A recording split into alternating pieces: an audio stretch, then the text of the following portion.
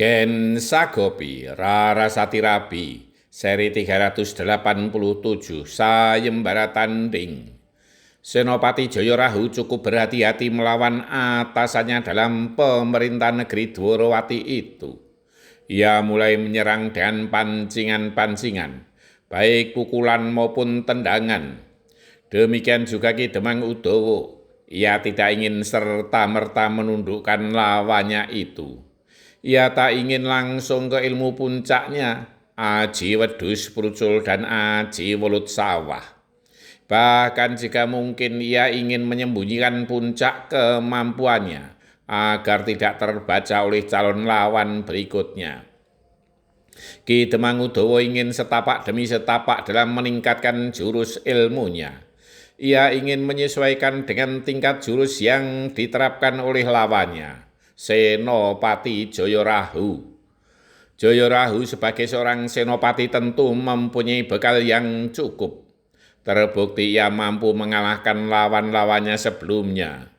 Ternyata ia mempunyai sikap yang hampir sama dengan Ki Demang Udawa, setapak demi setapak meningkatkan jurus ilmunya. Mereka saling serang, namun tidak mudah bagi keduanya untuk mendaratkan pukulan maupun tendangan yang telak ke sasaran tubuh lawannya. Para penonton, terutama mereka yang mempunyai ilmu, merasa bosan dengan cara bertempur mereka. Bahkan banyak yang menyepelekan kemampuan dari Ki Demang Udawa. Tidak seperti Raden Bogodento yang langsung menundukkan lawannya dalam waktu yang sangat singkat. Pelan namun pasti, keduanya meningkatkan ilmunya. Semakin lama pergerakan mereka semakin cepat, saling menyerang, saling menangkis, dan saling menghindar. Mereka sama-sama mengandalkan ilmu meringankan tubuhnya. Mereka seolah tak menjejak panggung, walau berloncatan di atas panggung kayu, namun tak terdengar suara gedebak-gedebuk. Mereka berloncatan dengan ringannya.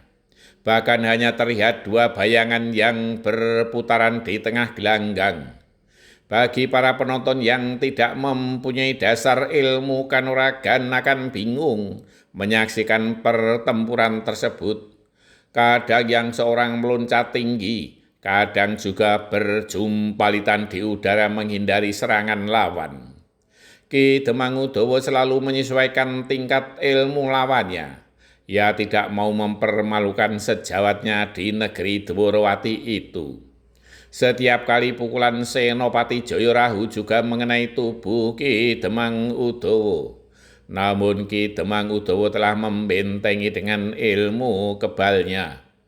Namun ia tidak menunjukkan bahwa ia kebal terhadap pukulan lawan. Sebaliknya Ki Demang Udawa juga berhasil menghantam tubuh lawannya, yang membuatnya tergetar dan terdorong surut. Walau Ki Demang Udawa belum sampai ke puncak ilmunya, hanya Raden Haryo Setyaki, Ki Patih Prabowo dan Ki Patih Pragoto dan Ki Patih Adi Manggolo yang mengetahui bahwa Ki Demang Udawa masih menahan diri.